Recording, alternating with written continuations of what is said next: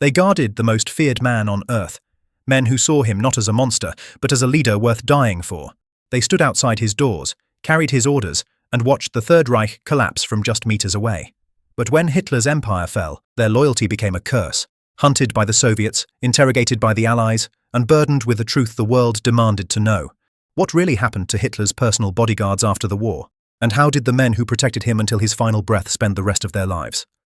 When Adolf Hitler took power in 1933, he surrounded himself with a circle of absolute loyalty, men from the SS whose sole duty was to protect him.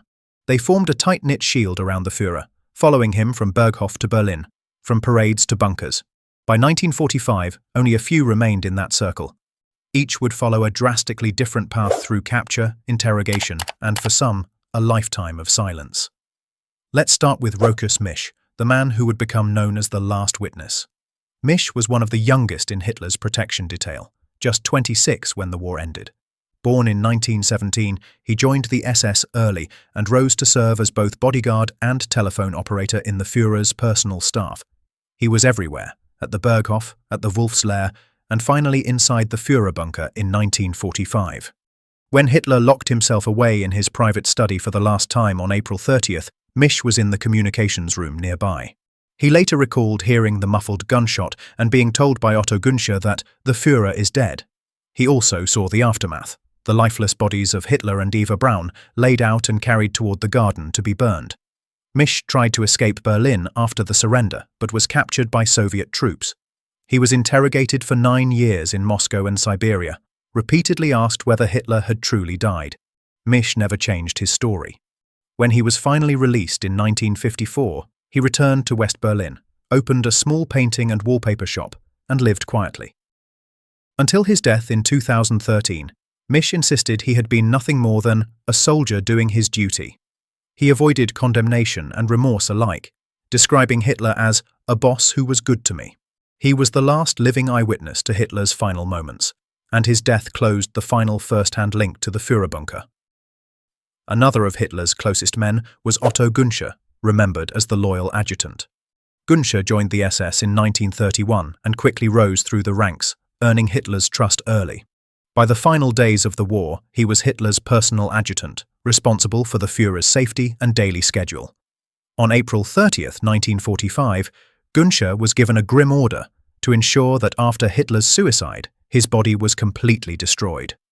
Moments after the gunshot, Günsche entered the study, confirmed Hitler and Eva Braun were dead, and following orders, helped carry their bodies into the garden. There, with Erich Kempke's petrol, he oversaw the burning. When the Soviets captured Berlin, Günsche was taken prisoner by the Red Army and sent to Moscow. The Soviets were obsessed with confirming whether Hitler had truly died, and Günsche's testimony became central to that investigation. He was interrogated by the NKVD for years, repeatedly pressured to admit that Hitler had escaped. He never did. Like Misch, Günsche spent a decade in Soviet captivity, enduring harsh conditions before being released in 1956. Returning to West Germany, he built a quiet civilian life. Unlike many others, he refused interviews and public appearances, declining to profit from his proximity to Hitler. He remained silent until his death in 2003 at age 86. Günsche's life after the war was marked by stoic denial and secrecy, a man loyal to the end and silent thereafter. But perhaps no one knew Hitler more intimately than Heinz Linge, his personal valet and attendant. Linge joined Hitler's staff in the 1930s and was among the few permitted unrestricted access to him. He dressed him, maintained his quarters, and accompanied him throughout his travels. By 1945, Linge had seen the full extent of Hitler's decline, trembling hands, erratic moods, and a body failing under the weight of a collapsing empire. When Hitler decided to end his life, it was Linge who prepared the room, ensuring privacy and order. After the suicide, he helped Otto Günsche carry out the cremation. Captured by Soviet troops shortly afterward, Linge endured 10 years in Soviet prisons, much of that time spent in interrogation. He was repeatedly questioned about Hitler's death, forced to recount every detail. When finally released in 1955, he returned to West Germany and, unlike Günsche, chose to tell his story. His memoir, With Hitler to the End, published in 1980, provided historians with one of the most detailed first-hand accounts of the Führer's final hours. Linge's recollections painted a picture of Hitler as isolated, paranoid, yet still commanding loyalty. He himself remained loyal long after the war, claiming Hitler lived for Germany and died for Germany. Heinz Linge died that same year, 1980, his testimony preserved as one of the most significant sources on the last moments inside the bunker. Now, while Linge and Günsche were at the center of Hitler's final circle, another longtime guard had already fallen out of favor before the war's end, Bruno Gesche, known as the disciplined rebel. Gesche had served as commander of the Führerbunker, or FBK, the elite SS unit responsible for Hitler's personal protection. Fiercely loyal but notoriously hot-tempered, Gesche was both trusted and feared.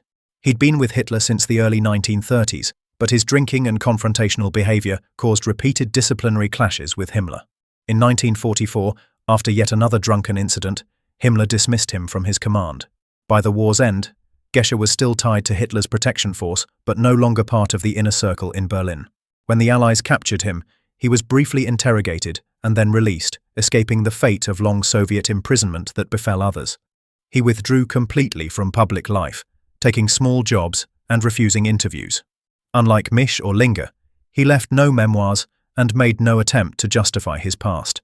Bruno Gesche died in 1980, remembered as one of the earliest and most loyal guards who had been cast aside before the final act, a man who had lived for the Reich and outlived it in silence. Together, these men formed the final human barrier around Hitler, a shield of loyalty that crumbled in the ruins of Berlin. For them, the end of the war was not a moment of liberation, but a descent into years of interrogation and captivity. The Soviets saw them as the living keys to the Hitler mystery, men who could confirm or deny whether their Führer had truly died. Each was asked the same questions. Did he escape? Was it a double? What did you see? And each gave the same answer. Hitler was dead, and his body was burned. Still, for years, the Soviets refused to believe it. It wasn't until the mid-1950s, when Linge and Günsche were released, that their consistent testimonies helped confirm the truth. By then, conspiracy theories had already taken root across the world. Despite their proximity to evil, none of these 5 men were ever tried for war crimes. Their duties were personal, not ideological, guarding Hitler's person, not executing his policies. But that didn't free them from the weight of their choices. Rochus Misch spoke of Hitler with affection. Linge described him as misunderstood. Günsche stayed silent. Gesche disappeared. Each carried the same unshakable burden, to have seen the fall of a regime from inside its heart and survived it. By the 1980s, only a few were left. Gesche passed quietly. Linge's memoir was released posthumously. Günsche lived in private obscurity, and Rochus Misch, the last of them, outlived them all, granting interviews in his final years, defending his service, and insisting Hitler was no monster to me. He died in 2013 at 96 years old, the final man to have walked the corridors of the Führerbunker alive. With his death, the last direct link to Hitler's final hours was gone forever. So what became of Hitler's bodyguards after the war? They didn't vanish into myth or face execution. They endured years of imprisonment, interrogation, and obscurity. Ordinary men who had stood next to a dictator and then spent the rest of their lives trying to disappear. Their loyalty outlasted the Reich, and in some cases, reason itself. None of them became famous, rich, or powerful again.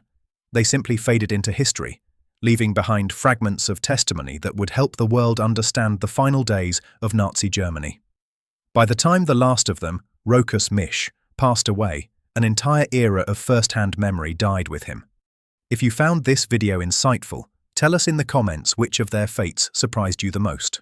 Don't forget to like, share, subscribe, and ring the bell, because there's always more history hidden in the aftermath of war.